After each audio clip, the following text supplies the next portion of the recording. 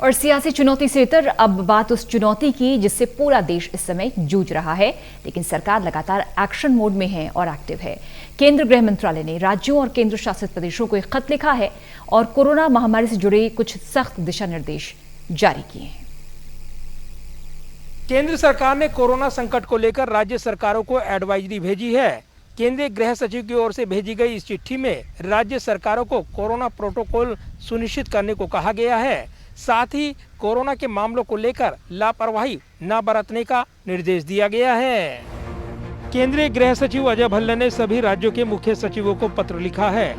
केंद्रीय गृह सचिव अजय भल्ला ने कोविड प्रोटोकॉल को पूरी मुस्तैदी के साथ लागू करने के साथ ही टेस्ट, ट्रैक, ट्रीट की सरकार की नीति को भी जिला स्तर पर मुस्तैदी से लागू करने को कहा है। गृह मंत्रालय ने अपने पत्र में सभी राज्यों को कोरोना वायरस लॉकडाउन और अनलॉक को लेकर निर्देश दिए हैं। केंद्र सरकार ने राज्यों को आगाह किया है कि कोरोना की दूसरी लहर में कमी आने के बाद अनलॉक के तहत धीरे धीरे बाजार और अन्य गतिविधियां खोली तो जा रही हैं, लेकिन अब भी किसी तरह की कोई कोताही न बरती जाएगी जिससे कोरोना का प्रसार फिर से बढ़ने लगे।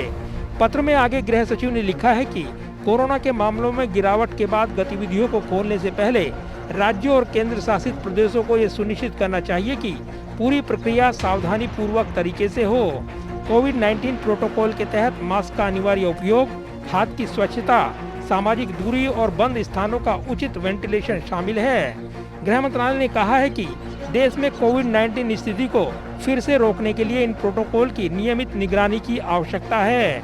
इसके साथ ही कहा गया है कि कुछ राज्यों में प्रतिबंधों में ढील के कारण कोविड के उचित व्यवहार का पालन किए बिना बाजारों में लोगों की भीड़ लग गई है।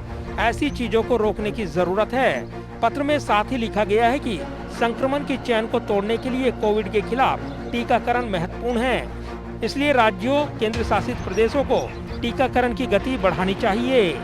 केंद्र सरकार ने कहा है कि माइक्रो लेवल पर एक सिस्टम होना चाहिए ताकि ये सुनिश्चित हो सके कि जब भी मामले छोटे स्थान पर बढ़ते हैं तो स्वास्थ्य और परिवार कल्याण मंत्रालय की तरफ से जारी मौजूदा दिशा निर्देशों के मुताबिक स्थानीय नियंत्रण उपायों के माध्यम से इसकी जांच वहीं हो जाए। जाहिर है कोरोना की दूसरी लहर कमजोर पड़ी है, लेकिन संक्रमण की चुनौती बनी हुई है और यही वजह है कि एक्सपर्ट्स तीसरी लहर की आशंका जता रही हैं। केंद्र सरकार ने राज्य सरकारों को भेजी इस चिट्ठी में तमाम दिशा निर्देश दिए हैं। कैमरामैन सुरभीर सिंह के साथ प्रदीप कुमार, टोटल न्यूज़, दिल्ली।